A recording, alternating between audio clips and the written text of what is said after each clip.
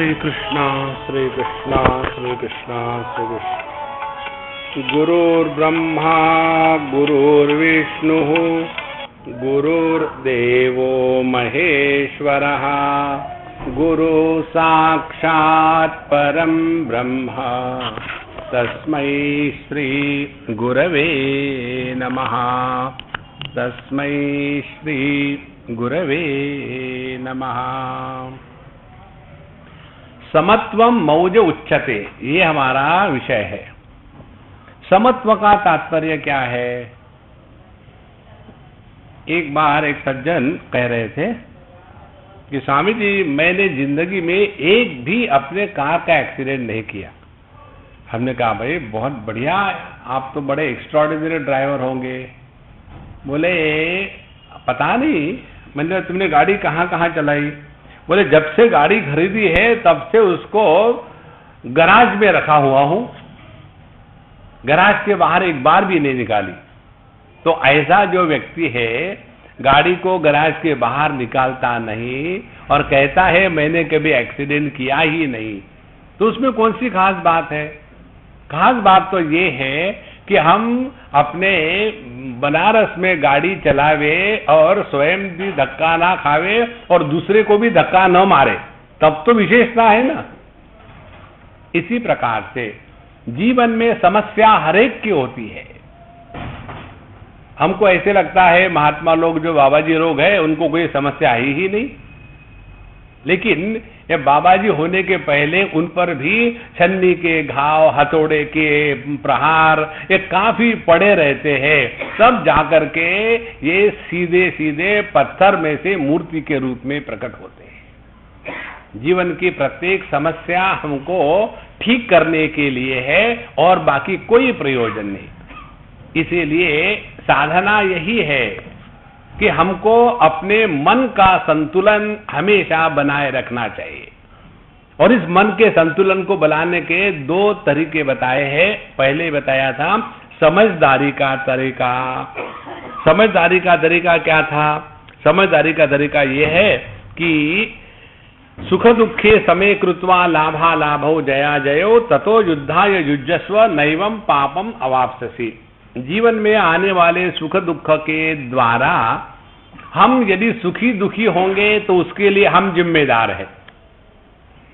जीवन में आने वाले सुख दुख हम किसी दूसरे के कारण बता सकते हैं। जैसे हम पति है तो हमारे दुख का कारण हमारी पत्नी, या तो हम यदि बाप है तो हमारे दुख का कारण हमारे पुत्र। लेकिन दुखी या सुखी हम स्वयं होकर के बनते हैं। 6वें अध्याय में भगवान श्री कृष्ण ने योग की यही परिभाषा बताई है। जीवन में दुख आने के बाद दुखी नहीं होना माने योग में निष्ठा प्राप्त कर ली है। शरीर को टेढ़ा मेढ़ा करना उसको योग नहीं कहते। इसलिए महाराज समझदारी से काम चलावे तो अपने आप बुद्ध्या युक्तो जया पार्थ कर्म बंधम प्रहास्यसि। इस बुद्धि के द्वारा अपने आप को समझाओ तो कर्म के बंधन से छूट जाते हैं। इसके लिए हमारे शास्त्रों में अब हम आपको भिन्न विचारधारा में ले जा रहे हैं। जो हमारे शास्त्रों में बताते पिछला जन्म, ये जन्म, अगला जन्म, ये सबका प्रयोजन क्या है? समझदारी ठीक करनी है। प्रयोजन यही है कि प्रत्येक व्यक्ति अपने दुख के लिए अन्य को बदनाम करने में एक्सपर्ट हो गया है, प्रत्येक व्यक्ति। अब पहली क्या बात है आध्यात्मिक क्षेत्र में? अध्यात्म में प्रवेश करना माने अपना ध्यान अन्य से हटा करके अपने पर ले आना। यदि हमने अपना ध्यान अन्य पर रखा है तो हम अभी अध्यात्म के मार्ग में प्रवेश करें ही नहीं। देखो ये 2-3 सिद्धांत बड़े सिंपल है। अभी हम बता रहे थे इस दुनिया में आज तक कोई किसी को खुश नहीं कर सका। एक बार हम अमेरिका में एयरपोर्ट पर जा रहे थे तो हमारे मित्र ने पूछा, स्वामी जी भगवान आनंद स्वरूप है? मैंने हाँ है। क्यों, ऑब्जेक्शन है क्या कुछ? बोले नहीं, वो आनंद स्वरूप होने का कारण क्या है?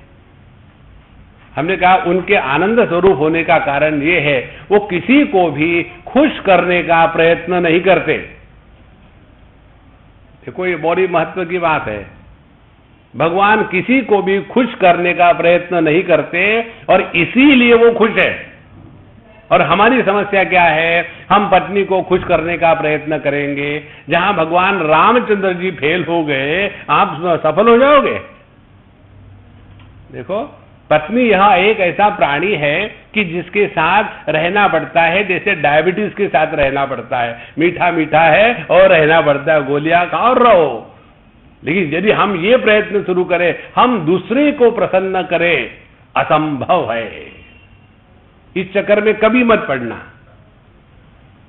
और दूसरे व्यक्ति को दुखी करने की जरूरत भी नहीं है। हर एक आदमी सेल्फ सफिशिएंट है, दुखी अपने आप होता है वो।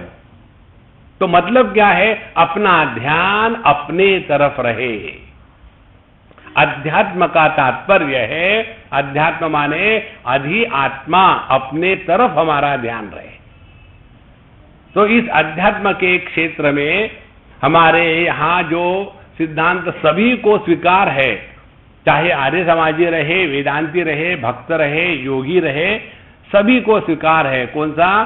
कि पहले हम पिछले जन्म में कुछ अच्छे बुरे थे, उस जन्म में हमने अच्छे बुरे कर्म किए और उस कर्मों के फल के कारण हमको इस जन्म में इसके साथ शादी हो गई, अब अगले साल पता नहीं क्या होगा। और यह जो पहला जन्म, ये जन्म, अगला जन्म, पाप पुण्य, धर्म अधर्म, ये तो सबको स्वीकार है। लेकिन इसका प्रयोजन क्या है, ये क्यों बताया हमारे शास्त्रों में? क्या ये सिद्ध करने के लिए कि पिछले में जन्म में हम थे, फिर मर गए तो वही पैदा हुआ क्या? जरा ध्यान से सोचो। हमने ये स्विच ऑफ कर दिया लाइट, तो लाइट चला गया, फिर स्विच ऑन किया, तो क्या पहला ही लाइट आया? नहीं। ये एक प्रक्रिया है समझाने की, और प्रक्रिया में यही बताते हैं। जैसे प्रक्रिया किसको कहते हैं, इसको समझ ले, फिर प्रक्रिया में आएंगे। प्रक्रिया किसको कहते हैं कि बच्चों को पढ़ने में इंटरेस्ट नहीं है। अब ये गिनती किसको अच्छी लगती है? एक जमा एक यानी 2। कौन से बच्चों को इसमें इंटरेस्ट होगा? किसी को नहीं होता। बच्चों को इंटरेस्ट किसमें होता है? चॉकलेट में। तो फिर ये जो टीचर होते हैं वो बड़े स्मार्ट होते हैं, वो सोचते हैं कि बच्चों को जिसमें इंटरेस्ट है ना, उसको लेकर के हम बतावे, और फिर शुरू कर देते हैं। टीचर अपने क्लास में चॉकलेट की एक डब्बा ले आती है और पूछती है ये क्या है, तो बच्चे चिल्लाने को तैयार। चुप, मैं बताता हूं, वैसे ही बोलना। This is 1 chocolate. समझ में आया? बताओ क्या है? अब बच्चे कहते कि दिस इज 1 चॉकलेट। देखो कितना फर्क हो गया। टीचर ने महत्व दिया था 1 को और चॉकलेट को धीरे से कहा था, दिस इज 1 चॉकलेट। और बच्चों ने क्या सीखा? This is 1 chocolate. अब वहां चॉकलेट दिखाने का प्रयोजन था क्या? प्रयोजन था एक सिखाने का। फिर दूसरा चॉकलेट। आप कितने हो गए? 2 चॉकलेट। कितने हो गए? 2 चॉकलेट। सब बच्चे चिल्ला पड़े। अब टीचर को लगा कि मैंने तो बच्चों को पढ़ा दिया है। अब एक विद्यार्थी को पूछा प्रश्न, मैंने तुमको 2 चॉकलेट दिए, तुम्हारे दोस्त ने तुमको 2 चॉकलेट दिए, तो कितने चॉकलेट हो गए? अब उत्तर तो बता दिया ना उंगलियों के द्वारा। एक बच्चे को पूछा कितने चॉकलेट हो गए? वो बच्चा कहता 5। बोले 5 कैसे? मैंने 2 दिए, तुम्हारे दोस्त ने 2 दिए, तो कितने हो गए? बच्चा शांत है, 5। बोले 5 कैसे हो गए? बोले मेरे जेब में एक ऑलरेडी है। अब उस बच्चे का ध्यान आपके गणित पर नहीं था, उस बच्चे का ध्यान था चॉकलेट पर। ये बात समझ में आ गई। तो चॉकलेट तो एक प्रक्रिया है बताने की, सिखाना है गणित, चॉकलेट नहीं सिखाना। इसी प्रकार से पिछला जन्म, ये जन्म, अगला जन्म, ये जो प्रक्रिया है बताने की, हमारा ध्यान अपने स्वरूप के तरफ खींचने के लिए। तो पहली बात क्या करते हैं, हम गलत अपने जीवन में, अपने जीवन के सुख दुख के लिए अन्य को बदनाम करना शुरू कर देते हैं। तो अन्य को बदनाम करने का धंधा पहले बंद करना है। तो कैसा बंद करें? हमारे जीवन में इतने दुख, इसका कारण क्या है? इसका कारण तुम स्वयं हो। हमने तो कभी किसी का बुरा किया नहीं महाराज, इस जन्म में नहीं, पिछले जन्म में किया होगा। तो पिछले जन्म का कर्म फल हमको इस जन्म में मिलेगा। हाँ जी। अब इससे निकला क्या? इसे एक बात निकली कि हमको अपने जीवन के लिए स्वयं को जिम्मेदार होना है, किसी अन्य को बदनाम करने की कोई आवश्यकता नहीं। ये इसका तात्पर्य है। अच्छा, अब हमारा अगला जन्म है, तो अगले जन्म को ठीक करना है, तो इस जन्म में ठीक से व्यवहार करो, नहीं तो अगले जन्म में फिर वही पत्नी मिलेगी। फिर मत चिल्लाना कि महाराज हमको वही पत्नी 7 जन्म से मिल रही है, अभी 8वां जन्म है, ऐसा क्यों हुआ? तो 7वें जन्म में उसने फिर से एक बार करवा चौथ करी थी, इसीलिए फिर अब 7 जन्म में बुक हो गए हो। देखो महाराज, पिछला जन्म, ये जन्म, अगला जन्म, ये सब बताने का तात्पर्य 2 प्रकार से है। पहली बात, किसी को भी अपने जीवन के सुख दुख के लिए बदनाम न करे, ध्यान अपनी तरफ ले आवे। और दूसरी महत्व की बात, हम यदि इस जन्म में ठीक से व्यवहार करने लगे तो किसी के साथ उलझेंगे नहीं, तब जाकर के हमारा ध्यान अपने स्वरूप के तरफ रहेगा। देखो, जीवन में जितने दुख होते हैं, प्रत्येक दुख योग बन सकता है। भगवद गीता का पहला अध्याय क्या है? अर्जुन विषाद योगो नाम। प्रत्येक जीवन का दुख योग बन सकता है, यदि उस दुख के कारण हम यदि अंतर्मुखी होकर के अपने स्वरूप के चिंतन में लग जाए तब, नहीं तो वही रोग बन जाता है, डिप्रेशन में चले गए। इसलिए यह भगवान बताते हैं कि हमने बुद्ध्यायुक्तो यया पार्थ कर्मबंधम प्रहास्यसि, बुद्धि के द्वारा काम करे। अब दूसरी प्रकार की बात, हम यदि पिछले जन्म में थे, हम इस जन्म में है, अगले जन्म में रहेंगे, इसका मतलब क्या है? इसका मतलब है हम ना तो पैदा हुए, ना तो हम मरे, क्योंकि पहले भी थे, अब भी है, आगे भी रहेंगे। तो मरा कौन? मरा तो देह ना। तो यदि हमने कर्म के सिद्धांत को ठीक से स्वीकार किया है, तो अपने मृत्यु की कल्पना कभी भी मन में नहीं आ सकती है। और हम कहते तो है, बड़े हिंदू है और बड़े सभी सिद्धांतों का स्वीकार करते हैं और रोते रहते हैं। अब तीसरा प्रयोजन इस सिद्धांत का, तीसरा प्रयोजन यह है कि फिर हम कौन है? हम वो अखंड सत्ता है जिसमें अनेक देह आए, रहे और विलीन हो गए। देखो महाराज, यह जो अपना स्वरूप है, इधर ध्यान खींचने के लिए ये बुद्धि का प्रयोग करना है। हम बुद्धि का प्रयोग करते हैं किस लिए? दुखी होने के लिए। कैसा दुखी होने के लिए? We justify our miseries. Don't justify your miseries, get out of them. एक बार एक अम्मा लेक्चर के बाद आई और मेरा कॉलर पकड़ा। स्वामी जी, हमेशा आप कहते हो बी हैप्पी, मौज में रहो, मौज में रहो, शादी करो और दिखाओ कैसे बी हैप्पी रहते हैं। माने शादी करना यह दुखी होने का लाइसेंस है। तथास्तु, लगे रहो मुन्ना भाई, नोबडी विल हेल्प यू। इसलिए बुद्ध्यायुक्तो यया पार्थ कर्मबंधम प्रहास्यसि। अब कर्मबंधन किसके कारण होता है? हमने यदि एकादशी के दिन चावल खाया तो पाप हुआ, क्योंकि हमने गलत किया है। हमने यदि मंदिर में जाकर के विश्वनाथ बाबा पर एक लोटा पानी चढ़ा दिया गंगा जी का, तो पुण्य हुआ, क्योंकि मैंने किया। अब खाना खाने के बाद कॉन्स्टिपेशन हुआ तो पाप है, और डिसेंट्री हुई तो पुण्य है। ध्यान से सुनना, जब हम खाना खाते हैं उसमें तो मैं जुड़ता है, कि मैंने खाना खाया अच्छा बुरा, लेकिन मैंने डाइजेस्ट किया या मैं डाइजेस्ट नहीं कर पाया, ये भाव मन में नहीं आता।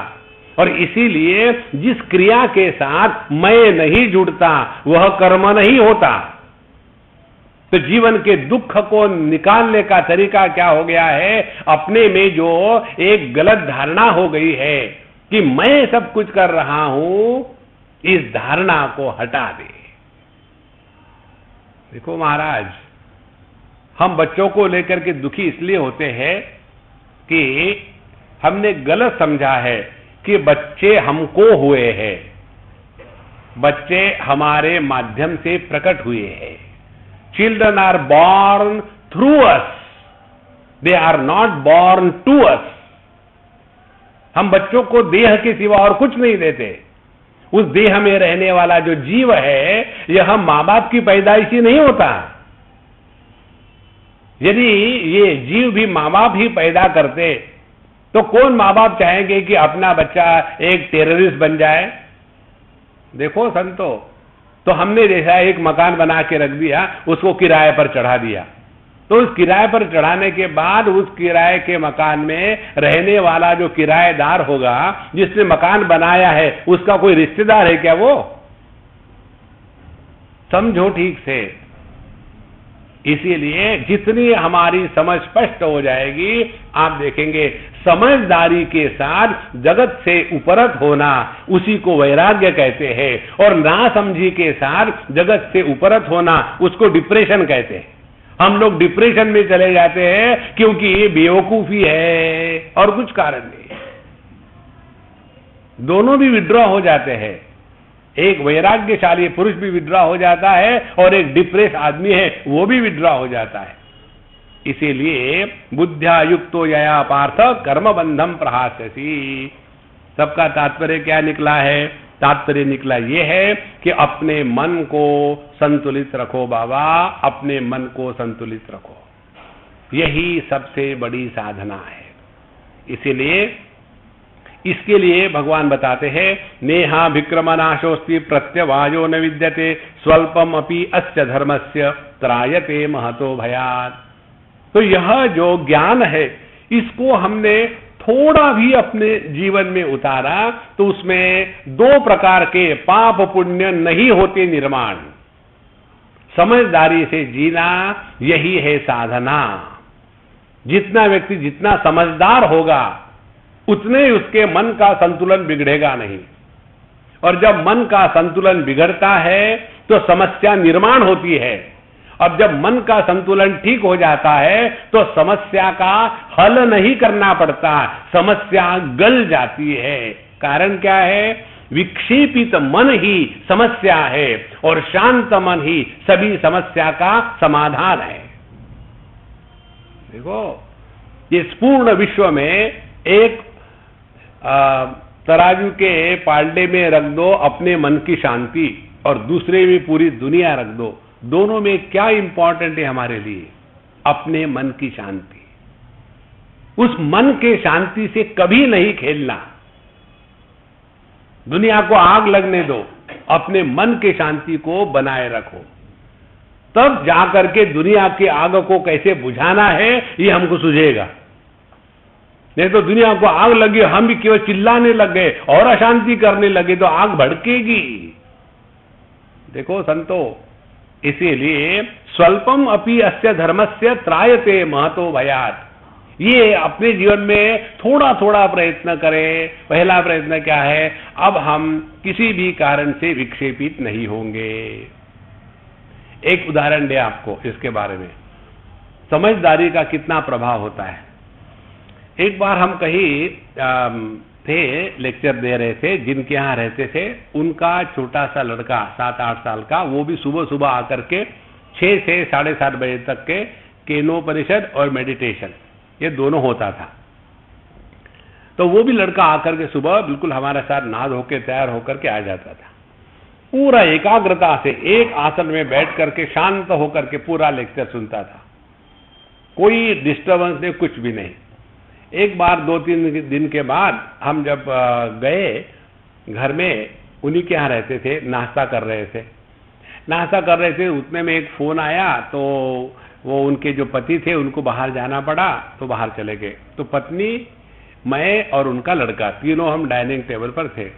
तो पत्नी कहती है, स्वामी जी मुझे एक पूछना है आपसे। क्या पूछना है? ये हमारे है ना, सब अच्छा है इनमें, लेकिन ये इतना गुस्सा करते हैं, इतना गुस्सा करते हैं कि मैं तंग आ जाती हूं, क्या करूं?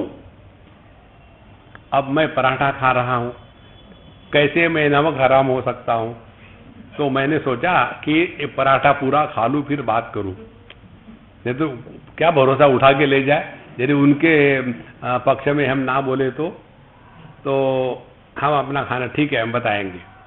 हम ऐसा बता ही रहे थे तो वो बच्चा कहते हैं, स्वामी जी मैं इसका उत्तर दूं? मैंने, बहुत बढ़िया चेले, लग जाओ। अब उसने उत्तर दिया, बोले देखो स्वामी जी ने हमको क्या बताया लेक्चर में, आज ही बताया था ना, यन मनसा न मनुते येन आहुर्मनोमतम तदेव ब्रह्मत्वं विद्धि नेदम यदिदम उपासते। एक ही परब्रह्म सब कुछ है, और वही ब्रह्म तुम हो, वही ब्रह्म पपा है, वही ब्रह्म मैं हूं, वही ब्रह्म स्वामी जी है। बताया था ना? अब वो उसकी मां परेशान, हाँ बताया था। फिर बोले तुम ऐसा क्यों नहीं समझती मम्मी कि हमारे पापा जो है ना वो एंग्री ब्रांड ब्राह्मण है। देखो, जब ब्रह्मन सब कुछ हो सकता है, गुस्सा भी वही है। हमारा ध्यान गुस्से के तरफ जाता है, लेकिन गुस्सा किसको आ रहा है उसके तरफ ध्यान दो, तो वही एक ही परमात्मा भिन्न भिन्न उपाधियों को धारण करके भिन्न रूप से प्रकट हो रहा है। देखो संतो, तब जाकर के हमारी बुद्धि शांत हो गई है। नहीं तो इसके दोष उसके दोष, इसके साथ झगड़ा उसके साथ झगड़ा, रोना धोना, इस जगत में रोने धोने से कोई भी समस्या का समाधान नहीं होता। स्वल्पमपि अस्य धर्मस्य त्रायते महतो भयात्। कितना भी भयानक हमारे जीवन में प्रसंग हो, समझदारी के साथ अपने मन को संतुलित रखना, ये साधना है। इसको समझ लो, अपने आप हम योग्य मार्ग पर चल रहे हैं। देखो, इस समय आप सबका मन संतुलित है, इसीलिए आप में कोई भी दुखी नहीं है, और यह स्थिति हमेशा रह सकती है। कैसे रह सकती है? इस दुनिया में ऐसे रहो कि जैसे आप नाटक कर रहे हो। नाटक में क्या होता है? दिखाते हैं कि किसी से प्रेम कर रहे हैं, किसी से द्वेष कर रहे हैं, लेकिन करते थोड़ी है, वो तो नाटक चल रहा है ना। उसी प्रकार से जैसे आप मुझे सुन रहे हो, कैसे सुन रहे हो? मानो सुन रहे हो, सुन थोड़ी रहे। इसी प्रकार से दुनिया में रहो बाबा, कोई सीरियस होने की आवश्यकता नहीं है। ये दुनिया हमेशा ऐसी ही थी, इसमें कुछ भी नई बात आज तक नहीं घटी। तब जाकर के मन शांत रहेगा। अच्छा, उसके लिए कहते हैं व्यवसायात्मिका बुद्धि एकेह कुरुनंदन बहुशाखा जनंताश्च बुद्धयो अव्यवसायी नाम। पहले इसलिए सिद्धांत क्या है? अपने बुद्धि को एकदम ठिकाने पर रखना, ये साधना है। बुद्धि को कलुषित नहीं होने देना। व्यवसायात्मिका बुद्धि, बुद्धि को व्यवसायत्मिका माने क्या? निश्चयात्मिका। निश्चय क्या करना है? 6वें अध्याय में भगवान श्री कृष्ण अपने साधना का प्रारंभ बताते हैं। उद्धरेदात्मनात्मानं नात्मानम अवसादयेत् आत्मैव आत्मनो बंधुः आत्मैव रिपुरात्मनः। और उसमें कहते हैं कि यह साधना कैसी करनी है? ये साधना करनी है कि किसी भी प्रकार से हमको दुखी नहीं होना, अनिर्विण्ण चेतसा। और इसके लिए एक ही बात है, एक दृढ़ निश्चय कि आज इस क्षण के बाद हम ना दुखी होंगे, ना किसी को दुखी करेंगे। जो व्यक्ति स्वयं दुखी होता है वो किसी अन्य को प्रसन्न नहीं देख सकता। देखो, जैसे जिस आदमी को नींद नहीं आ रही हो और उसकी पत्नी साथ में लेटी हुई हो और खूब खर्राटे मार रही हो 7वें तान में सारे गमो पदनिसा, तो उसको इतना गुस्सा आता है, मुझे तो नींद नहीं आ रही है और ये खर्राटे मारी जा रही है, उसको उठाओ। बोले क्यों उठाया मुझे, क्यों खर्राटे मारती हो तुम? मैं खर्राटे नहीं मारती, तुम्हारा भ्रम है। और फिर सो करके फिर खर्र शुरू हो गया, और ये इतना गुस्सा करेगा क्योंकि उसको नींद नहीं आ रही। इसी प्रकार से जो आदमी स्वयं दुखी है ना, वो किसी को भी प्रसन्न नहीं देख सकता। इस जगत में यदि आनंद को प्राप्त करना है तो पहले स्वयं खुश रहना सीखे, तब जाकर के आनंद की प्राप्ति होती है। इसीलिए कोई भी आपको पूछता है कैसे हो, तो कभी भी अपने जीवन के दुखड़े दुनिया को मत बताना। हर एक के बाद बहुत पूंजी है उसकी, हर एक के बाद अपने अपने दुख है। देखो, तो व्यवसायात्मिका बुद्धि एक है कुरुनंदन। हे कुरुनंदन, हे अर्जुन, अपने जीवन में एक दृढ़ निश्चय ले लो, व्रत ले लो कि आज इस क्षण के पश्चात हम ना दुखी होंगे, ना किसी को दुखी करेंगे। मे व्हाट हैपन। इसका मतलब ये नहीं कि दुख नहीं आएगा, दुख जरूर आएगा, लेकिन दुखी होना नहीं होना ये अपना चॉइस है। हम लोगों की कंप्लेंट कैसे होती है, हमने गाड़ी चलाने का लाइसेंस ले लिया और यहाँ अपने वाराणसी में गाड़ी चला रहे हैं, और यहाँ ट्रैफिक नाम की कोई वस्तु नहीं। यहाँ तो विश्वनाथ बाबा का अनुग्रह ही इस शहर को चला रहा है, नहीं तो यहाँ गाड़ियां नहीं चल सकती। तो यहाँ हमको मिला है लाइसेंस गाड़ी चलाने का, और हम ये कंप्लेन करें कि यहाँ का ट्रैफिक बहुत खराब है। अरे भैया, आपको मिला है लाइसेंस, ट्रैफिक को थोड़ी मिला है। ट्रैफिक तो अपने मर्जी से चलेगा, गाड़ी आपको चलानी है। इसी प्रकार से जीवन में सुख दुख जो आते हैं ना, वो ट्रैफिक के जैसे है। उसमें से हमको ऐसे निकलना है कि स्वयं भी एक्सीडेंट नहीं करना, किसी को उसमें ठोकना भी नहीं। देखो, तब जाकर के हमारे मन में संतुलन आने लगेगा। संतुलन आ गया है। अच्छा, और जो व्यक्ति इस मन के समत्व को श्रेष्ठ नहीं मानते, वो हमको गुमराह करते हैं। क्या गुमराह करते हैं? देखो, जो तुम्हारे जीवन में कष्ट आ रहे हैं ना, ये इसके कारण है, वो उसके कारण है, आपने ये करना है, आप जाकर के एक ये पूजा कर लो। एक सज्जन हमारे पास आए, एक अम्मा आई हमारे पास, और बड़ी घबराई सी। मैं, स्वामी जी आप प्लीज मजाक मत करना मेरी। ठीक है, नहीं करूंगा, कोई जरूरत भी नहीं है, यू आर सेल्फ सफिशिएंट। बोले मुझे कल रात को बहुत भयानक सपना आया। तो मेरे सपने में मैं आया था क्या? बोले फिर आपने शुरू कर दिया, आप पहले सुन लो। ठीक है। तो कल भयानक सपना आया, एक काली बिल्ली आकर के मेरे छाती पर चढ़ गई, और उसने मेरा सीधा जो जुगुलर वेन होती है यहाँ की, जो खोपड़ी को खून पहुंचाती है, उसको उसने निकाला अपने पंजों के साथ। और जैसा हम बोतल में से कोका कोला पीता है वो स्ट्रॉ के साथ, वैसा उसने पीना शुरू कर दिया। और मैं इतनी चिल्लाई और मेरा सपना टूट गया। उसके बाद लेकिन अब मुझे नींद नहीं आ रही। स्वामी जी, इस सपने का अर्थ क्या है? हमने कहा अर्थ कुछ भी हो, ये पहले बताओ, वो बिल्ली अभी जिंदा है कि मर गई? तुम्हारा खून पीने के बाद यदि वो जिंदा है तो धन्य है वो बिल्ली। बोले आप फिर से मजाक कर रहे हैं हमारी। फिर हमने उनको कहा कि देखो अम्मा, इस बात को छोड़ो, सपना सपना होता है। देखो आप फिर झटक रहे हैं, हमको कुछ उपाय बताइए। उपाय तो है, करना है क्या? करोगी तो बताऊंगा। बोले हाँ, शिव जी की पूजा करना है, 16 सोमवार के व्रत, और 17 सोमवार जब आएगा तब वहां पूजा करनी है जा करके। और पूजा में 1 किलो सोने की एक बिल्ली बनानी है। पूजा होने के बाद वो बिल्ली मुझे दान करनी है। किसी और को दान करोगी तो दूसरी बिल्ली और आ जाएगी। इससे क्या होगा? इससे ये होगा, काली बिल्ली की समस्या हट गई, पीली बिल्ली की समस्या आ गई।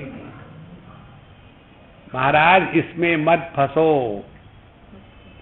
इसीलिए भगवान कहते हैं यामिमां पुष्पितां वाचम प्रवदन्ति अविपस्थितः, और वेदवादरतः पार्थ न अन्यद अस्तीति वादिनः कामात्मनः स्वर्गपरा जन्म कर्म फलप्रदाम क्रिया विशेष बहुलाम भोगैश्वर्य गतिम प्रति भोगैश्वर्य प्रसक्तानां तया अपहृत चेतसाम व्यवसायात्मिका बुद्धि समाधौ न विधीयते।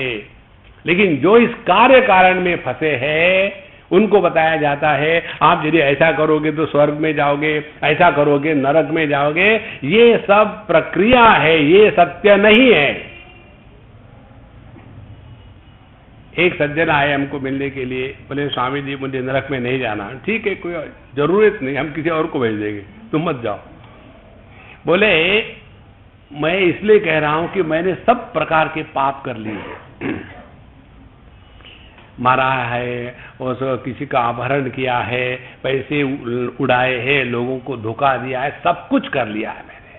अब मुझे लगता है कि मुझे अब नरक में ही जाना पड़ेगा, लेकिन मेरी नरक में जाने की इच्छा नहीं, मुझे बचाइए। हमने कहा देखो भगवान हम आपको बता रहे आप नरक में नहीं जाओगे, गारंटी। बोले कैसे? अभी कहां हो आप? जिस व्यक्ति को अपने होने पर अस्मिता नहीं है, जो व्यक्ति अपने होने पर दुखी है, वो कोई स्वर्ग में है? नरक में जाने की कोई जरूरत नहीं है। जो व्यक्ति यहां दुखी है वो नरक में ही है।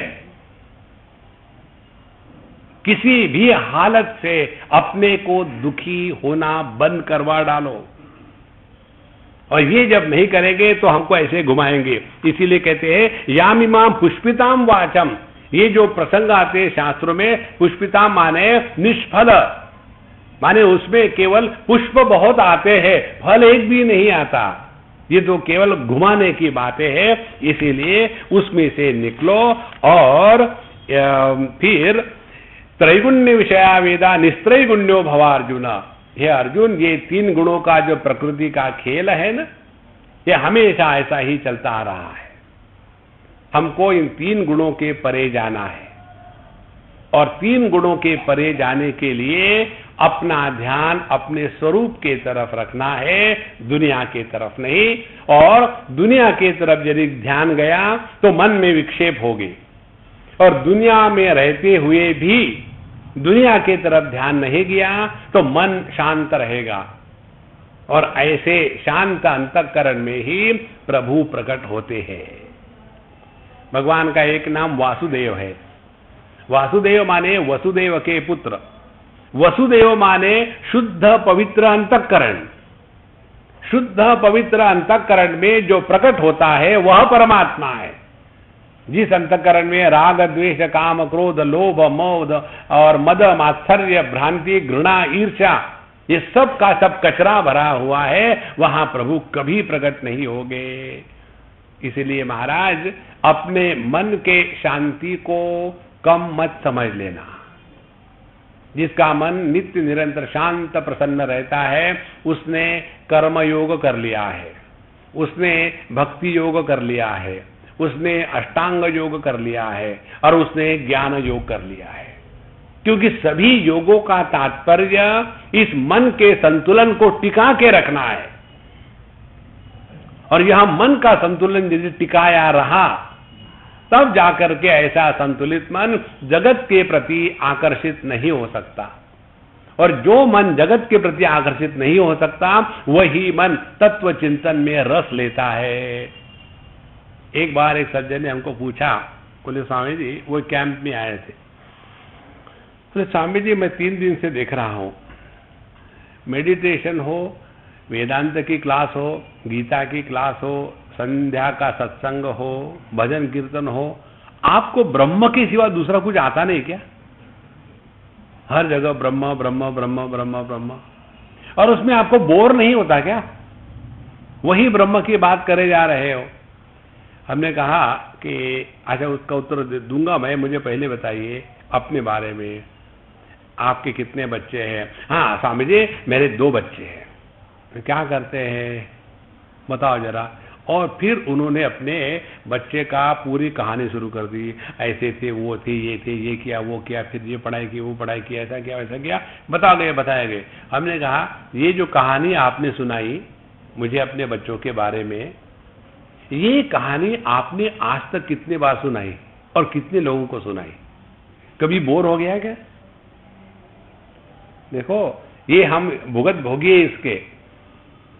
कई घरों में जब जाते हैं वो फालतू छोटे से बच्चे होते, बेवकूफ़ी की पराकाष्ठा, ना तो उनको बोलना आता है, ना तो उनको कुछ समझता है, ना तो उनको कोई बुद्धि होती है, लेकिन माँ को देखो, वो उस बच्चे की तारीफ करना शुरू करेगी। स्वामी जी मेरा बच्चा जो है ना इतना बढ़िया श्लोक कहता है, देखो बेटा कहो त्वमेव, कहो तमेव माता च, कहो कहो तमेव पिता च, कहो बेटा कहो। बच्चा नहीं कह रहा, माँ ही कह रही है, और फिर कहती है देखो कितना अच्छा कहा। किसने? तुमने कि बच्चे ने? और ये वो नाटक, ये माँ अपने बच्चे का नाटक हर एक के सामने उतनी ही उत्साह से करती है, क्योंकि बच्चे में वह माँ अपने को देखती है। इसी प्रकार से तत्व चिंतन में जब अपने स्वरूप का चिंतन हो रहा है, उसमें बोरियत नहीं होती। जिनको सत्संग में बोरियत होती है उनको मेंटल एसिडिटी हो गई है। देखो एसिडिटी जब हो जाती है ना तो मीठी वस्तु मीठी नहीं लगती, तो उसके लिए क्या किया जाए? मीठा खाते जाओ, सुबह उठ करके जलेबी खाओ, रसगुल्ले खाओ, दूध पियो, तो उसके द्वारा ये पहले तो मीठा नहीं लगेगा, लेकिन ये मिठाई ही इस एसिडिटी को मिटाने की दवा है। इसी प्रकार से जिनको मेंटल एसिडिटी हो गई है उनको सत्संग में मजा नहीं आता। फिर क्या करे? सत्संगत्वे निस्संगत्वम, जाते जाओ सत्संग में, जाकर के सो जाओ, कोई बात नहीं। एक बार एक सज्जन ने हमको पूछा लेक्चर के बाद, स्वामी जी आप जब बता रहे कि हमारे बगल में जो सज्जन थे वो सो रहे थे और आपके सामने आप उनको देख रहे थे, तो आपको दुख नहीं हो रहा था कि लोग सोते हैं आपके सत्संग में? हमने कहा देखो आप तो सुन करके आनंद लेने की कल्पना और प्रयत्न कर रहे थे, वो तो आनंद में खो गए थे। तो सुनने वालों से सोने वाले श्रेष्ठ होते हैं। तो हम सब लोग सो जाए, बिल्कुल शुरू हो जाओ। सत्संगत्वे निस्संगत्वम, निस्संगत्वे निर्मोहत्वम, जीवन का सब ये मोह खत्म हो जाएगा। इसीलिए इन तीन गुणों के परे हमको जाना है, और इन तीन गुणों के परे जाने के लिए करे क्या? अब यहां ये कर्मयोग की चतुसूत्री बताते हैं। कर्मयोग और कर्म, इनमें फर्क है। कर्म का सिद्धांत है और कर्मयोग वो है कि जिसके द्वारा हमारे माध्यम से आनंद प्रकट होता है, वह कर्मयोग है। देखो हम लोग जो भी करते किस लिए करते हैं? ताकि खुशी मिले। हाँ, खुशी से करो, पूरे जीवन में परिवर्तन आ जाएगा। जैसे माताएं रोटियां बनाती है, खाना बनाती है, पता नहीं मैं इस घर में जब से आई हूं पिछले 40 साल से 4 ट्रक मैंने रोटियां बनाई है, बनाई जा रही है। ऐसी रोटियां जो खाएगा उसको हमेशा के लिए कॉन्स्टिपेशन गारंटीड है। अब करना ही है तो प्रसन्नता से क्यों ना करें? देखो कर्मयोग माने अनेक प्रकार के कार्यों में व्यस्त रहना नहीं। कर्मयोग माने अपने जीवन के प्रत्येक शब्द में, प्रत्येक क्रिया में और प्रत्येक व्यक्ति में, अभिव्यक्ति में आनंद ही प्रकट हो रहा है, तब हम कर्मयोग के सिद्धांत को समझ लिए हैं। नहीं तो कर्म करते भी जाएंगे, दुखी भी होते जाएंगे, तेरा सत्यानाश हो। हाँ। तो किस प्रकार से कर्म करें, इसके सिद्धांत इस 47वें श्लोक में भगवान कहते हैं। ये सिद्धांत बड़ा सिंपल है। पहली बात, अब इस सिद्धांत को ठीक समझ लेना ठीक से। ये श्लोक आप सबको पता है, कर्मण्येवाधिकारस्ते। जो लोग ये महफिलों में आ जाते हैं, शादियों में या गोष्ठी हो रही है तो 10-12 लोग हो जाते हैं, उसमें से एक होता है जिसको थोड़ा बहुत इधर उधर का आता है। तो जैसे उर्दू के शेर बीच में ठोक देते हैं, वैसे गीता के श्लोक बीच में ठोक देते हैं। देखो यार, अपने गीता में तो कहा है ना कर्मण्येवाधिकारस्ते। अरे गुप्ता जी तुम गीता पढ़ते हो? गीता है क्या यार? उपनिषदों का ही तो सार है। तुम उपनिषद भी पढ़ते हो? गीता उपनिषद इन सभी को तो ब्रह्म सूत्र में लाया है। तुम ब्रह्म सूत्र भी पढ़ते हो? हाँ जी। ये ज्ञान कोट करने के लिए नहीं है महाराज, हृदय में उतारने के लिए। यहां कहते हैं पहली बात, कर्मण्येवाधिकारस्ते, हमारा अधिकार कर्म में है। अब इसको ठीक से समझ लेना, मैकेनिकल ट्रांसलेशन करके आगे नहीं जाना है। हमारा अधिकार कर्म में है, पहला सिद्धांत का वाक्य। दूसरा वाक्य, हम हमेशा वर्तमान में ही रह सकते, हमको भूत में रहने का और भविष्य में रहने का चॉइस नहीं है। We have to live only in the present. तीसरी बात, सभी के सभी कर्म केवल वर्तमान में ही हो सकते हैं, भूत में कोई कर्म नहीं होता, भविष्य में कोई कर्म नहीं होता। माने क्या है? माने जो स्वाभाविक स्थिति है उसमें रहो ना। देखो स्वाभाविक स्थिति क्या है? ऐसे बैठना। नहीं जी, हम तो शीर्षासन करके बैठेंगे। बैठो, लेकिन कब तक? 2 मिनट के लिए। अपने सहज स्थिति में हमको रहना है। तो सहज स्थिति यही है, we have no choice but to live in the present. हमें ये स्वातंत्र्य नहीं है कि हम भूत में रहेंगे या भविष्य में रहेंगे या वर्तमान में रहेंगे। और वर्तमान में जब रहते हैं तभी कर्म होता है। और यदि ध्यान से सुनना, कर्म हमारे हृदयस्थ आनंद की अभिव्यक्ति होगी तो जीवन में हम कभी दुखी नहीं होंगे। ये है कर्मयोग का सिद्धांत, कर्मण्येवाधिकारस्ते। और मां फलेषु कदाचन, फल आता है हमेशा भविष्य काल में। आज हमने किसी को किसी का भला किया तो कभी ना कभी वो भलाई हमारे जीवन में हमको मदद करेगी। हमने किसी का बुरा किया तो कभी उसका फल हमारे जीवन में आएगा। तो फल हमेशा भविष्य काल में आता है, वर्तमान में नहीं आता। अब हम क्या करते हैं? हम परीक्षा के लिए गए और हमारा ध्यान भविष्य में, यदि इसमें मैं पास नहीं होगा तो क्या होगा, कहाँ आत्महत्या करूं, जाकर के गंगा जी में कूद लूं क्या? नहीं, वो तो बड़ा ठंडा पानी होता है। ऐसे करते हैं, गले को फांस लटका करके लटक जाऊं, मरूं क्या? नहीं, मेरे गले में दर्द हो रहा है। फिर क्या करते हैं? ऐसा करते कमर में रस्सी बांध करके लटके मरेंगे। अब कल्पना क्या हो रही है वर्तमान में। भविष्य की कल्पना करके वो वर्तमान से हट गया है। जो व्यक्ति 100% उपलब्ध नहीं होता, ही cannot bring out the best in him. अपने जीवन में परफेक्शन तब आ सकता है कि जब हम 100% उपलब्ध है। हमारी स्थिति क्या है? एक दिल के टुकड़े 1000 हुए, कोई भूत में गया, कोई भविष्य में गया और कोई इस जगत की तुलना में लग गए। और इसीलिए जब वर्तमान में हम 100% होकर के कार्य करेंगे तो भविष्य की चिंता करने की कोई आवश्यकता नहीं। एनीवे, भविष्य की चिंता क्या है? जो समस्या नहीं है उसके समाधान की खोज, उसको कहते हैं भविष्य की चिंता। अब पता नहीं क्या होने वाला है, खामोखाम परेशान हो जा रहे हैं। इसीलिए मां फलेषु कदाचन का तात्पर्य है हमें वर्तमान में ही रहना है, भविष्य में अपने वर्तमान के अपॉर्चुनिटी को खो नहीं देना। अब उसके लिए करे क्या? तीसरी बात बताते हैं, मां कर्म फल हेतुर्भूः। कर्म फल हेतु का तात्पर्य है कर्तृत्वाभिमान। जब किसी भी क्रिया के साथ मैं जुड़ जाता है तब कर्म निर्माण होता है। तो करे क्या? ये सब प्रभु की लीला चल रही है। अपना इस जगत में कोई प्रयोजन नहीं, प्रयोजन प्रभु का है। और प्रयोजन प्रभु का है तो उसने हमको जिस स्थान में, जिस परिस्थिति में रखा है वही हमको प्रसन्न रहना है। तब हमने यह तीसरा सिद्धांत समझ लिया, मां कर्म फल हेतुर्भूः।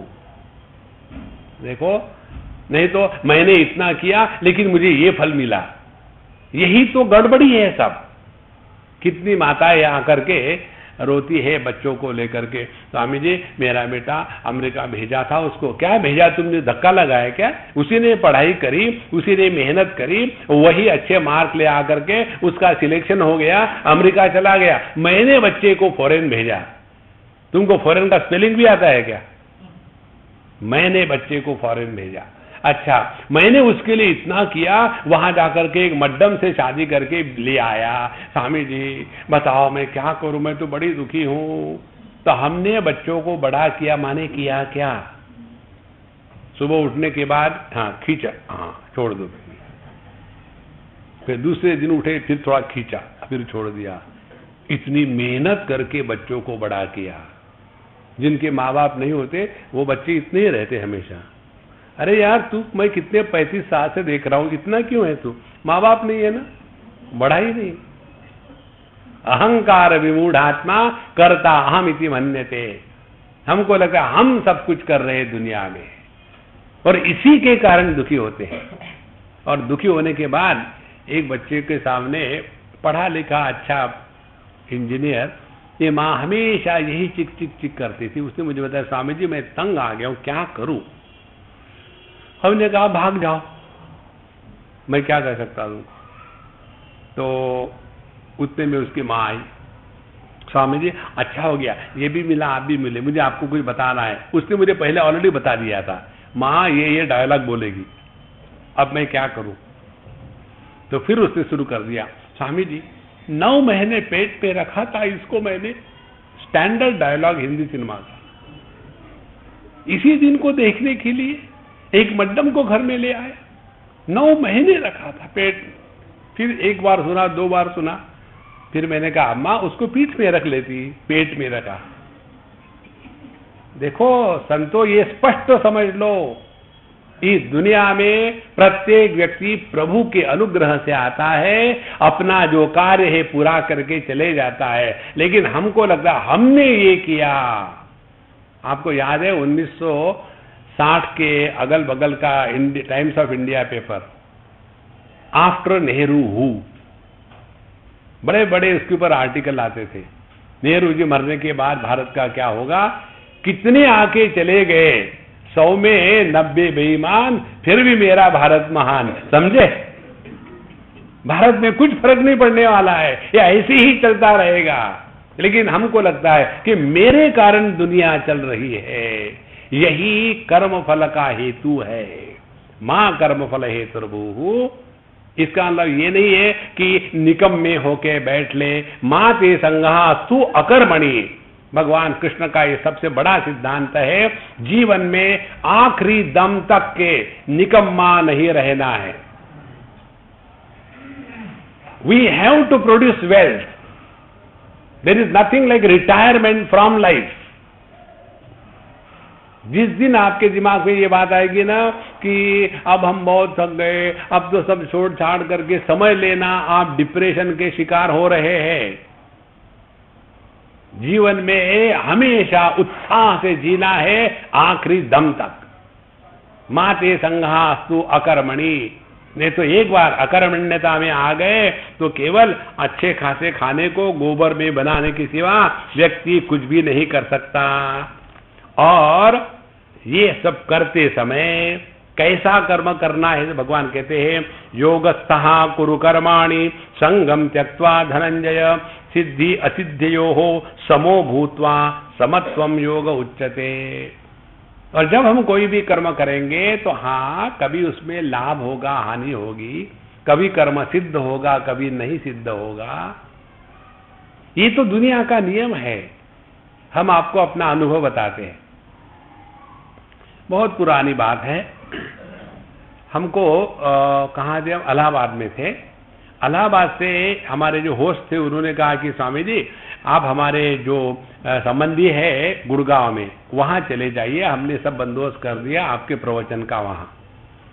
उन दिनों में बेकार तो थे, ये कहीं ना कहीं जाना ही था।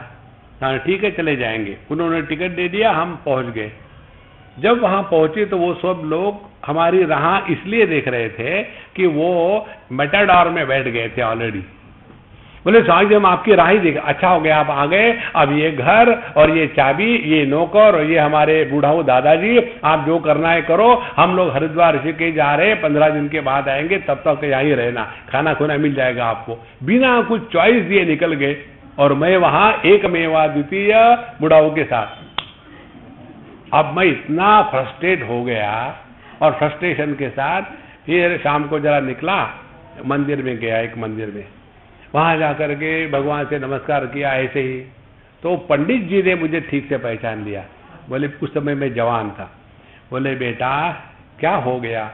मुझे तो चाहिए था कोई ना कोई अपने अंदर की गंदगी निकालने के लिए सुनने वाला, तो मैंने शुरू कर दी कहानी, ऐसे होते वैसे होते लोग, ये समझ हाँ शुरू हो गया। उन्होंने कहा कि देखो भागवत की कथा केवल एक ही श्रोता को सुनाई थी, सुखदेव जी ने। कितने श्रोता होते हैं उसका मतलब नहीं है। तुमको अपनी कथा दुनिया के लिए नहीं करनी है। तुलसीदास जी ने जो रामचरितमानस लिखा है, ये कोई रामायण मिशन बना करके उसका प्रचार करने के लिए थोड़ी लिखा है। स्वांत सुखाय तुलसी रघुनाथ गाथा। आध्यात्म के क्षेत्र में प्रत्येक शब्द अन्य के लिए नहीं होता, अपने लिए होता है। जब हम जो बोल रहे हैं सबसे पहले सुनने वाला कौन? हम है। और हमारी कही गई बात यदि हम ही नहीं सुनेंगे तो अन्य कौन सुनेगा? जब उस पंडित जी ने मुझे ये बताया, उस दिन के बाद जीवन में इतना आनंद है। इट डजंट मैटर चाहे 10 आदमी हो चाहे 10,000 हो, हम बोल आपसे थोड़ी रहे हैं, हम तो अपने आप से बोले जा रहे हैं। देखो महाराज, इसीलिए जब हम अपने आप से बोले जा रहे हैं, इसका प्रभाव हम पर नहीं पड़ा तो अन्य पर पड़ेगा क्या? देखो एक दादाजी चले गए हरिद्वार और घर में बच्चे पूछ रहे थे मम्मा को, मम्मा दादाजी कहाँ गए? दिन से 2-4 दिन हो गए। बोले बेटा वो चले गए हैं हरिद्वार। वो क्या करेंगे वहां जाकर के पूजा पोथी करेंगे और बोले हरिद्वार में जाकर के लोग कुछ छोड़ के आते हैं। मुझे मालूम है दादाजी चश्मा छोड़ के आएंगे, वो हमेशा भूलते। बोले वैसी बात नहीं, फिर क्या? बोले उनकी जो चीज होती है वो छोड़ के आएंगे, कोई आम छोड़ता है इत्यादि। बोले ठीक है। दादाजी वापस आ गए, बच्चे को खिलौना मिल गया। पोतों को दादाजी खिलौना होते हैं। और फिर कुछ दादाजी मम्मी ने कहा था आप वहां कुछ छोड़ के आने वाले, क्या छोड़ के आए? बेटा मैं वहां जाकर ना गुस्सा छोड़ के आया हूं। अब बच्चे को मिल गया चांस। बच्चों को थोड़ी बोर होता है, दादाजी आप हरिद्वार में क्या छोड़ के आए? बेटा मैं वहां जाकर के गुस्सा छोड़ के आया। दादाजी आप हरिद्वार में क्या छोड़ के आए? बेटा मैं वहां गुस्सा छोड़ के आया हूं। दादाजी आप वहां गए थे ना हरिद्वार में, क्या छोड़ के आए? बेटा मैं गुस्सा छोड़ के आया हूं। दादाजी आप बताइए ना वहां क्या छोड़ के आए? कितने बार बताओ? ये गुस्सा छोड़ के आया। ऐसा ही हमारा अध्यात्म होता है, दूसरों के लिए उपदेश और अपने ठन पाल। महाराज अध्यात्म में हमारा ध्यान अपने तरफ होता है, अन्य के तरफ नहीं। जब हमारा ध्यान अपने तरफ होगा और हम जो अपने को पहचानते हैं वही दुनिया को देखते हैं। हमने यदि अपने को शुद्ध चेतन सत्ता के रूप में पहचान लिया है तो यस्मिन् सर्वाणि भूतानि आत्मा एव अभूत विजानतः तत्र को मोह शोकः एकत्वम् अनुपश्यतः। जिसने इस चैतन्य को आत्मस्वरूप से पहचान लिया है उसके लिए संपूर्ण सृष्टि उस चेतना का ही विस्तार है। देखो फिर उसमें घृणा लोभ मोह अपना पराया कुछ नहीं हो सकता। ऐसे स्थिति में रहने के लिए पहली आवश्यकता है अपने मन के संतुलन को टिका के रखना। इसीलिए समत्वम मौज उच्चते। एक हमारी लड़की है, मारवाड़ी लड़की है, उसको काफी पहले परेशानी थी, कुछ बीमारी वगैरह थी और उस बीमारी के कारण 2 साल तक वो बेड पर पड़ी रही और उसके कारण डिप्रेशन में चली गई, बड़ी फ्रस्ट्रेट होकर के। और 2 बच्चे हैं उसके। और उसके पश्चात क्या हो गया कि वो जब ठीक हो गई बीमारी से, 2 साल के बाद बिस्तर से उठी, एकदम डिप्रेस, फ्रस्ट्रेटेड, अब जी के क्या करेंगे ऐसी। और कैसा भी हो करके प्रभु के अनुग्रह से एक बार वो हमारे लेक्चर को कहीं आ गई। आने के बाद मिलने को आई। जैसे वो आई तो मैंने उसको लिया, उसको हक किया। हमने कहा देख तू मेरा काम कर, मुझे पता नहीं कौन है वो, एक मेरा काम करना, क्या यहां इस मैगजीन को तुमको एडिट करना है। बोले मुझे तो कुछ आता नहीं। हमने कहा तुमको कुछ नहीं आएगा, तुम हाँ कहो, तुम्हारे माध्यम से मैं काम करूंगा, बीच में मत अड़कना कुछ। बोले ठीक है स्वामी जी। और वो लग गई उसमें। धीरे धीरे धीरे उसका सब डिप्रेशन सब खत्म हो गया। यहां तक उसकी तरक्की हुई, उसने 2-3 इतनी सुंदर सुंदर पुस्तकें लिखी है। एक पुस्तक है एंगर मैनेजमेंट, जबरदस्त पुस्तक है। देखो हम में सब में यह शक्ति निहित है। इस शक्ति को प्रकट करने के लिए एक ही बात है, अपने मन के संतुलन को बनाए रखना। जिसके मन का संतुलन बिगड़ता नहीं वही साधु संत है। जो छोटी छोटी बातों को लेकर के दुखी होता है, दूसरों को दुखी करता है और दूसरों को जो सिखाता है, समझाता है, दूसरे के उद्धार के लिए सब कुछ करता है, वो अपने आप को धोखा दे रहा है। भगवान स्पष्ट कहते 4th अध्याय में, जब दुनिया में उद्धार करने की आवश्यकता होगी ना, मैं आ जाऊंगा, तुम फिक्र मत करना। यदा यदा ही धर्मस्य ग्लानिर्भवति भारत अभ्युत्थानम धर्मस्य तदात्मानं सृजाम्यहम्। मैं आ जाऊंगा। फिर हम क्या करें? उद्धरेदात्मनात्मानम्, अपना उद्धार करो। अब देखो कैसी सिंपल बात हो जाएगी। हम यदि अपना उद्धार करने के दृष्टि से अपने सभी कर्तव्य कर्म पूरे करें तो हम पर जितने अवलंबित है उनके सबके अधिकार उसमें आ गए। और ऐसा प्रत्येक व्यक्ति करे तो कोई भी व्यक्ति अधिकार की बात नहीं करेगा। आज हम लोग बात करते हैं केवल अधिकार की। अधिकार कर्तव्य के सिवा वैसा ही है जैसे एक कोई सिक्का हो और हम कल्पना करें उसको केवल एक ही साइड है। जैसे सिक्के को दोनों हेड और टेल होता है, चित और पट होता है, उसी प्रकार से कर्तव्य के सिक्के को अपने अधिकार और कर्तव्य दोनों साथ साथ जाते हैं। लेकिन हम बात करते हैं अधिकार की। तो मैं बात करूंगा मेरे अधिकार की। मैं प्रवक्ता हूं, ये मेरा अधिकार है कि आप सब लोग जहां टाइम से आ जाए, लेट ना आवे और यहां सोए नहीं, ठीक से बैठे, ये मेरा अधिकार है। और आप कहो हम यहां से इतना दूर से धक्के खा के आते हैं, आप यहां ठीक से बताया करो। फिर मैं आपका दोष निकालूंगा, आप मेरे दोष निकालेंगे, झगड़ा होगा। और यदि मैं अपना कर्तव्य पूरा करता हूं, आप अपना कर्तव्य पूरा करो, तो दोनों के अधिकार अपने आप सिद्ध हो गए। इसीलिए महाराज एक दूसरे के दोष इत्यादि निकालना यही मन के विषमता का कारण है। यही ड्यूटी ओरिएंटेड फिलॉसफी हमको भगवान बताते हैं। योगस्थः कुरु कर्माणि संगम त्यक्त्वा धनंजय। और ये सब करते समय किसी प्रकार का दुराग्रह ना होवे। दुराग्रह मालूम है कैसे होता है? दुराग्रह होता है कि जब व्यक्ति अपनी मनवाना चाहता है और बड़ा प्यार से। हम अभी गए थे, कहाँ, गोवा गए थे। हम खाने में चावल चपाती नहीं खाते, हम केवल खाते हैं बाकी सब सब्जी दाल नॉर्मल है। चावल चपाती की जगह में हम बॉइल्ड पोटैटो खाते हैं। ऐसा क्यों? हमारी मर्जी, हम कुछ भी खाए। अच्छा, हम गए, स्वामी जी आप क्या खाएंगे? हमने कहा जो मर्जी बनाओ, लेकिन मेरे लिए बॉइल्ड पोटैटो बनाना, बिना छिलके निकाले 2 रख देना। स्वामी जी उसको हम जरा घी का तड़का लगा दे क्या? माँ ऐसा करना, 2 पोटैटो बॉईल करके बिना छिलका निकाले यहाँ रख देना, ठीक से। स्वामी जी उसकी जरा सब्जी बना के दे क्या आपको? माँ ऐसे करना, 2 पोटैटो बॉईल करके उसके छिलके निकाले बिना वहां रख देना। स्वामी जी उसको स्मैश करके उसके ऊपर में बटर का मिक्स कर दे क्या नमक के साथ? माँ ऐसे करना कि 2 पोटैटो बॉईल करके बिना स्किन के वहां रख देना। स्वामी जी, हमने कहा सीधा क्यों नहीं कहती हो कि आप जो कहेंगे वो हम नहीं देंगे? नहीं नहीं, हमको ऐसे लगता है आप कैसे खाएंगे। ये मेरी समस्या है, आपकी समस्या थोड़ी है। देखो, मनुष्य इतना दुराग्रही हो जाता है, ये दुराग्रही ही सबसे बड़ा भयानक ग्रह है।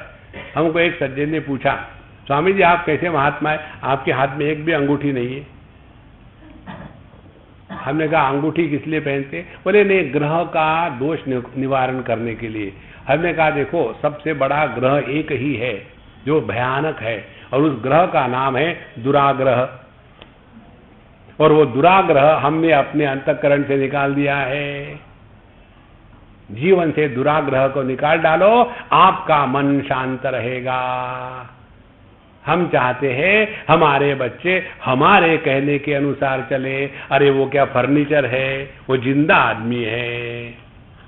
इसलिए किसी भी प्रकार के दुराग्रह के शिकार न होवे, उसी को कहते संगम त्यक्त्वा।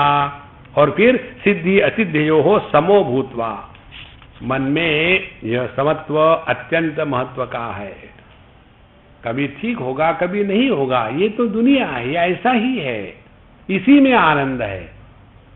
जिस व्यक्ति ने अपने जीवन में नहीं यह सुना नहीं, और नहीं जो व्यक्ति कह नहीं सकता, वो जीवन में कभी सफल नहीं हो सकता। ये दोनों आवश्यक है जीवन की बातें। हम आपको एक उदाहरण देते हैं। एक लड़की हमारे पहचान की, वो आर्किटेक्ट बनी, साउथ इंडियन है, कर्नाटक की, बंबई की बात है। और आर्किटेक्ट होने के बाद उसी कॉलेज में वो प्रोफेसर थी, उसने एमएस भी कर लिया था। और उसका एक दूसरा आर्किटेक्ट पंजाबी लड़का दिल्ली का, उसके साथ उसका प्यार, और दोनों की सगाई हो गई बंबई में। और सगाई में इस लड़की के भी बड़े दोस्त आ गए, और उसमें से एक लड़की को इस लड़के ने देखा और दोनों की गुफ्तगू हो गई।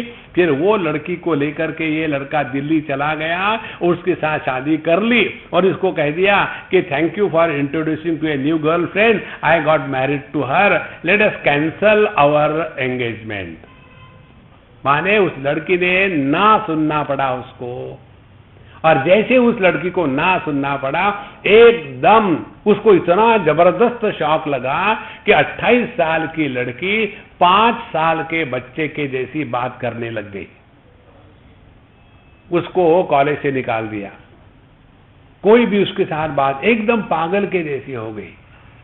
तो उसके माँ बाप मुझे कहे, स्वामी जी क्या करें? हमने कहा तुम लोग बाहर चले जाओ, मैं इससे बात करूंगा। और बात की जब करी उस बच्चे से मैंने भाई तुम्हारा नाम क्या है? ऐसी बात करती थी वो, मेरा नाम कल्पना है। देखो 28 साल की लड़की पढ़ी लिखी जब ऐसी बात करेगी तो माँ बाप के हृदय पर क्या गुजरता होगा। तुमने क्या क्या पढ़ा है? मैंने मैथ्स पढ़ा है, इंग्लिश पढ़ा है, पंजाबी पढ़ा, उसको पंजाबी बिल्कुल नहीं आती थी, पंजाबी पढ़ा है। माने उसकी देह की उम्र तो 28 साल की थी, मानसिक उम्र उसकी एकदम 5 साल की हो गई। कारण क्या? एक ही कारण, उसने जीवन में नहीं कभी सुना नहीं था। संतो, आपके पास बड़े पैसे हो, सब कुछ हो, लेकिन बच्चों की हर मांग को पूरा करके हम बच्चों को बोनसाई बनाते हैं। बोनसाई कैसे होता है? दिखने के लिए बड़ा सुंदर होता है, और वो सुंदर कहाँ रहता है? ड्राइंग रूम के अंदर में। उसको बाहर खड़ा कर दो तो 2 दिन में मर जाएगा। इसी प्रकार से ऐसे वीकलिंग हम पैदा करते हैं, कारण कि बच्चों को कभी नहीं सुनाया ही नहीं। इसलिए अपने मन को संतुलित करने के लिए ये सब चीजों की आवश्यकता है। बुद्धि युक्तो जहाती है वे सुकृत दुष्कृते तस्मात् योगाय युज्यस्व योगः कर्मसु कौशलम। इसलिए जगत में रहते समय हम भी ऐसे रहे, अपने बुद्धि का संतुलन, और जो अपने अगल बगल है हमको सबको जीवन में कई बार हाँ ना सुनना पड़ता है, और जो हाँ ना नहीं सुन सकता वो इमीडिएटली डिप्रेशन में चला जाता है। साउथ की बात है, हम गोवा के नीचे गए थे, कर्नाटक में कार से गए थे और हमको किसी मठ में ले गए दर्शन करने, दर्शन कर लिया और उसके पश्चात खाने के लिए बैठाया और खाने में दे रहे थे। तो हम चावल तो खाते नहीं, तो वहाँ बटर मिल्क था, छाछ। हमने कहा हम एक ग्लास बटर मिल्क की पी लेंगे, पेट ठंडा हो जाएगा, क्योंकि बड़ी मिर्ची थी, मुंह जल रहा था। तो हमने कहा उस परोसने वाले को कि बोले मुझे एक ग्लास में बटर मिल्क देना। नहीं, जो चावल लेते उन्हीं को मिलता है, आपको नहीं मिलेगा। अब जब उसने ऐसा कहा तो मेरे बगल में जो थे वो तुम उठो मत, तुम शांत हो जाओ, ये मेरे उसके बीच में की बात है, तुमको गुस्सा करने की जरूरत नहीं। बोले स्वामी जी आपको ये ऐसा कह रहा है, तुम शांत हो, तुम क्यों फुदक रहे हो। उसने नियम बताया, उनका नियम होगा कि जो आखिरी चावल लेता है, चावल पर ही डालेंगे, उतना ही खाएंगे, नहीं तो कोई वहां एक पूरा का पूरा बम्पर लेके बैठा, आज और पिलाओ जी, और पिलाओ, फ्री में बहुत हो जाएगा, इसीलिए उनका कुछ नियम होगा। लेकिन जहां हमने नहीं सुनी किसकी, तो एकदम आग लग जाती है। तुम्हारे देश से तो 25 नौकर है हमारे यहाँ, whom do you want to tell? जीवन में नहीं सुनना पड़ता है, और दूसरी बात नहीं सुनाना भी पड़ता है। देखो जैसे कई बार हमको हमारी एक ही समस्या है खाने की, क्योंकि रोज हर भिन्न भिन्न स्थानों में खाना खाना, और हर एक की अपनी स्टाइल, और हर एक का इतना प्रेम होता है कि उनको लगता है कि हम डब्बा है, डब्बे में सामान भरते हैं ना। अमेरिका की बात है, एक साउथ इंडियन लेडी, उनके यहाँ हम रहते हैं, तो उसको मैंने कहा कि अम्मा मैं 2 चपाती से ज्यादा नहीं खाता। बोले कोई बात नहीं समझे, 2 ही चपाती खाना। आप लोगों को चकला बेलना पर बनाते हैं ना, वो गोल होता है, इसको क्या कहते हैं, चकला। उसने वो गोल चकला निकाल दिया, टेबल पर चपाती नहीं चपाता बनाया, इतना बड़ा, और इतने बड़े बड़े चपाते बना करके वो फोल्ड करके मुझे, स्वामी जी आपने 2 कहा था, गिन लो, 2 ही है, ज्यादा नहीं। तो मैंने कहा कि अम्मा तुमने क्या समझ रखा, मैं डब्बा हूं क्या, डब्बे में सामान भरते हैं ना उस प्रकार से। देखो तो उस समय मुझे एकदम ना कहना पड़ता है, ना कहो तो ये माताएं मानती नहीं। अब मैंने नया टेक्निक निकाला है, जब कोई देते हैं ना अच्छा नहीं बना, जब मैं अच्छा नहीं बना तो उनका चेहरा देखने जैसा होता है, अच्छा नहीं बना है, क्या करूं। फिर वो नहीं कहेगी, सच बताओ ना कि अब मैं नहीं खा सकता, वो मानेंगी थोड़ी, वो अच्छा नहीं बना, अच्छा ठीक है। फिर जीवन में दोनों बातों की आवश्यकता है, ना सुनना पड़ता है, ना कहना पड़ता है। देखो तब जाकर के मन की शांति बनी रहती है, नहीं तो हमेशा की तरह आज जरा खाना ज्यादा ही हो गया। अरे तुमको ना कहने को किसने कहा था कि मत कहो ना, नहीं वो इतना प्यार से खिला रहे थे और इसलिए इतना खा गए, क्या क्या खाए आप बोल भी नहीं सकते, तो मुख से निकाल के दिखाते, ये खाए जलेबी और फिर रख दी, अभी अंदर जा नहीं रही है, पेटू। सो बुद्ध्यायुक्तो जहाती है उभे सुकृत दुष्कृते तस्मात् योगाय युज्यस्व योगः कर्मसु कौशलम। तो कर्म का कौशल्य यही है, जगत में व्यस्त रहो, स्वस्थ रहो, चुस्त रहो, लेकिन मस्त रहो। नहीं तो हम सब कुछ करते ही है और कहेंगे पता नहीं मैंने इतना किया, किसने कहा, बंद करो ना, लेकिन दुखी मत होना। एक सिद्धांत को पकड़ के रखना, मौज में रहना माने कर्मयोग की सिद्धि, मौज में रहना माने भक्ति योग की परिपूर्णता, मौज में रहना माने अष्टांग योग की सिद्धि हो गई है, और मौज में रहना माने ज्ञान की निष्ठा हो गई है। ब्रह्मभूत प्रसन्नात्मा न शोचति न कांक्षति, समहा सर्वेषु भूतेषु मद भक्तिम लभते पराम। 18वें अध्याय में भगवान कहते हैं कि जो प्रसन्न आत्मा है उसी को कर्मयोग, ज्ञान योग, अष्टांग योग सभी योग प्राप्त हो गए हैं। इसीलिए इस समत्व को ही मौज कहते हैं। किसी भी हालत से मन की समता के साथ मत खेलना, जो व्यक्ति अपने मन की समता को नष्ट करता है वही अपना सबसे बड़ा दुश्मन है। 6वें अध्याय में भगवान कहते हैं आत्मैव आत्मनो बंधु आत्मैव रिपुरात्मनः। जब हमने अपने मन के संतुलन को खो दिया तो हम अपने दुश्मन हैं, और यदि हमने अपने मन के संतुलन को टिका के रखा है तो हम अपने दोस्त हैं, क्योंकि काम तो हमको उसी मन से लेना है। लेकिन वो मन यदि हमेशा विक्षेपित रहेगा तो ऐसे मन से कुछ नहीं हो सकता। और जो ऐसा व्यक्ति है, हम तो डूबे हैं सनम, पब्लिक को भी साथ लेके डूबेंगे। ऐसे जो दुखी लोग हैं स्वयं तो दुखी रहते ही हैं और अन्य को भी दुखी करते हैं। इसीलिए भगवान बताते हैं यदा ते मोहकलिलम बुद्धि व्यतिरिष्यति तदा गंतासि निर्वेदम श्रोतव्यस्य श्रुतस्य च। इसलिए हे अर्जुन, जब तुम्हारी बुद्धि समत्व को प्राप्त हो गई, अब कोई मोह नहीं है, किसी भी प्रकार की कोई भी समस्या मन के संतुलन को बिगाड़ नहीं सकती, तो ऐसा जो व्यक्ति है उसने जीवन में सब कुछ पा लिया है। देखो, तदा गंतासि निर्वेदम श्रोतव्यस्य श्रुतस्य च। अब तुमको कुछ सीखना नहीं है, कुछ समझना नहीं है, कुछ पूछना नहीं है। देखो, हम जाकर के महात्माओं को प्रश्न पूछते, हमारी ये समस्या है, हम क्या करें? समस्या तो आपकी है ना, हाँ, आप सुलझाओ, अन्य से कुछ अपेक्षा मत रखो। ये अत्यंत आवश्यक है। कई बार लोग हमको प्रश्न पूछते, स्वामी जी हम जब मेडिटेशन के लिए बैठते तो बड़ा मन विक्षेपित होता है, क्या करें? मेडिटेशन के लिए मत बैठो।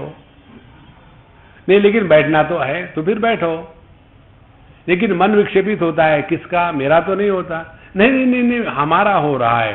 तो आपका मन विक्षेपित हो रहा है, तो आप जाने क्यों हो रहा है, मैं क्या जानूं? नहीं नहीं नहीं, कुछ समझते नहीं आप। हाँ, मैं रियली समझता नहीं, क्यों परेशान हो रहे हो? ध्यान से सुनना, जब जब हम कुछ बनते हैं तभी विचार आते हैं। मां बनो तो बच्चे परेशान करेंगे, बाप बनो तो बच्चे परेशान करेंगे, पति बनो तो पत्नी परेशान करेगी, पत्नी बनो तो पति परेशान करेगा, बिजनेसमैन बनो तो बिजनेस के जो देने लेने वाले वो परेशान करेंगे, डॉक्टर बनो तो पेशेंट परेशान करेंगे। और जब कुछ भी ना बनो, be mister nobody, not a single thought can erupt in your mind. एक भी वृत्ति अंतःकरण में प्रकट नहीं होगी जब हम मिस्टर नोबडी रहते हैं। और जो भी बनते हैं वो बनावटी है, असली थोड़ी है। इसलिए महाराज, तदा गंतासि निर्वेदम श्रोतव्यस्य श्रुतस्य च। और कुछ सुनना वगैरह कुछ बाकी नहीं रहता, केवल अपने मन के संतुलन को हमेशा ठिकाने पर रखना है। अब अर्जुन को ये समस्या होती है, क्या कभी कोई ऐसा व्यक्ति हो भी सकता है कि जिसके मन का संतुलन कभी गड़बड़ होता ही नहीं? क्योंकि हम तो दुनिया को वैसा ही देखते हैं जैसा हम अपने आप को देखते हैं। एक बार हम कहीं थे तो मुझे किसी ने पूछा, स्वामी जी ये आश्रम आपका है क्या? हमने कहा ये पूरी दुनिया अपनी है, आश्रम की क्या बात है? अच्छा अच्छा, आपका ही है? हाँ, अपना ही है। अपना तो है ही नहीं कुछ, लेकिन ठोकने में क्या फर्क पड़ता है, ठोक दिया। ये इसमें कितना खर्चा होता है? हमने कहा रोज 2.5 लाख रखते हैं। रोज के 2.5 लाख यहाँ लगते हैं? बाप रे, मैं तुम क्यों बाप को याद कर रहे हो? बोले इतना पैसा कहाँ से आता है? हमने कहा आपके जैसे दान धर्मवीर आकर के दान देते हैं, उससे चलता है। इतना पैसा लोग डोनेशन करते हैं? तो हमने कहा आपने अपने जीवन में कितना डोनेशन किया है? हमने कभी किसी को पैसा नहीं दिया। अब देखो, जिस व्यक्ति ने कभी किसी को 1 कौड़ी ना दी हो, ये कल्पना भी नहीं कर सकता कि दूसरा व्यक्ति 10 करोड़ दान कर सकता है। देखो, इसीलिए अर्जुन का प्रश्न था, क्या कोई ऐसा व्यक्ति हो सकता है कि जिसके मन का संतुलन कभी नष्ट होता ही नहीं? ये इसलिए होता है क्योंकि अर्जुन तो बड़ा विक्षेपित था, और इसीलिए उन्होंने प्रश्न पूछा स्थित प्रज्ञस्य का भाषा समाधिस्तस्य केशव स्थितधि किम प्रभाषेत किमासीत व्रजेत किम। ऐसा कोई व्यक्ति है भी क्या कि जिसका मन हमेशा इतना शांत है कि मानो वो समाधि में ही बैठा है। और स्थितधि किम प्रभाषेत, और यह जिसका मन संतुलित रहता है वो जगत में किस प्रकार का व्यवहार करता है। और किम आसीत, उसके बैठक क्या है जिसके कारण उसका संतुलन कभी बिगड़ता नहीं। और व्रजेत किम, क्या वो एक ही जगह बैठा रहता है कि संपूर्ण विश्व में भ्रमण करता है। तो यदि वो जगत में भ्रमण करता है तो उसकी स्थिति क्या है। 4 बातें पूछी। जिसके मन का संतुलन स्थित है ऐसे व्यक्ति के लिए समाधि का क्या मायना। दूसरी बात, वो जगत के साथ कैसा व्यवहार करता है। तीसरी बात, उसकी बैठक ऐसी पक्की कैसे बनी। और चौथी बात, वो एक जगह बैठता है कि दुनिया में भी घूमता है, तो दुनिया में घूमते समय उसके कैसे व्यवहार होते हैं। यह 4 प्रश्न अर्जुन ने हम लोगों के लिए पूछे कि आप जो कहते हैं समत्व मौज उच्चते, ये समत्व संभव है कि केवल थियोरेटिकल है। देखो, जब व्यक्ति कई बार ऐसा कहता है, एक बार मुझे एक ने पूछा था, Swami ji have you seen God. एक कॉलेज का लड़का जहां हमारा लेक्चर था पूछा हैव यू सीन गॉड। मैंने उसके तरफ देखा, उसको कहा why should I tell you, मैं क्यों बताऊं। नहीं, ऐसा ही प्रश्न विवेकानंद ने रामकृष्ण परमहंस जी को पूछा था, इसीलिए मैं आपको पूछ रहा हूं। हमने कहा आप तो विवेकानंद है, लेकिन मैं कहाँ रामकृष्ण परमहंस हूं। तो आपने गलत जगह में डायल किया है। नहीं, आप मुझे टाल रहे हैं। टाल नहीं रहे, मुझे बताओ, आप जो पूछ रहे हो कि गॉड को देखा था, गॉड का अर्थ क्या है बताओ। God is God. I have seen mean seen. हम कहते हैं, प्रश्न पूछते हैं, लेकिन शब्दों का अर्थ कहां मालूम है। इसीलिए जब हमारी बुद्धि स्थिर हो जाती है, किसी भी प्रकार के कोई भी विक्षेप नहीं, विक्षेप रहित, संदेह रहित, प्रश्न रहित अंतःकरण को ही चेतन सत्ता कहते हैं। देखो, इसीलिए गहरे नींद में हम जब जाते हैं तब एक भी वृत्ति नहीं, अन्य की कल्पना नहीं, परिच्छिन्नता का अनुभव नहीं, और इसीलिए एक भी इच्छा न होने के कारण मन एकदम चैतन्य में लीन हो गया। और क्योंकि मन चैतन्य में लीन हो जाता है, गहरी नींद के बाद जब उठो तो आदमी को कितना फ्रेश लगता है। ये फ्रेशनेस आया कहां से, च्यवनप्राश नहीं, उस समय हमारा मन चेतन सत्ता में लीन हो गया था। इसीलिए यह जो समत्व है, यही जीवन का सबसे मूल्यवान पदार्थ है। इस समत्व को हम बहुत ही तुच्छ समझते हैं, यही गलती है। अपने मन के समत्व को टिकाए रखना यही साधना है। और तब पता चलता है कि साधु संत जगत में रहते हैं, कहीं आदर मिलता है, कहीं निंदा होती है, कोई अपना कहते हैं, कोई पराया कहते हैं। हम घूमते हैं तो हमको हर जगह में कोई आदर ही थोड़ी मिलता है। हर जगह के लोग, हर प्रकार के लोग मिलते हैं, लेकिन किसी के प्रति हमारे मन में यदि काम, क्रोध, लोभ इत्यादि आ गया तो हमारी साधना का सत्यानाश हो गया। जीवन का प्रत्येक कटु अनुभव एक साधना का प्रश्न होता है, परीक्षा होती है। और उस कटु अनुभूति में भी जीवन का जो स्वास्थ्य, सौंदर्य और मिठास है वो नहीं मिटे, तब जाकर के हमारे मन का संतुलन बना है। ओम पूर्णमदः पूर्णमिदं पूर्णात् पूर्णमुदच्यते पूर्णस्य पूर्णमादाय पूर्णमेवावशिष्यते। ओम शांति शांति शांति। हरि ओम। श्री गुरुभ्यो नमः। हरि ओम।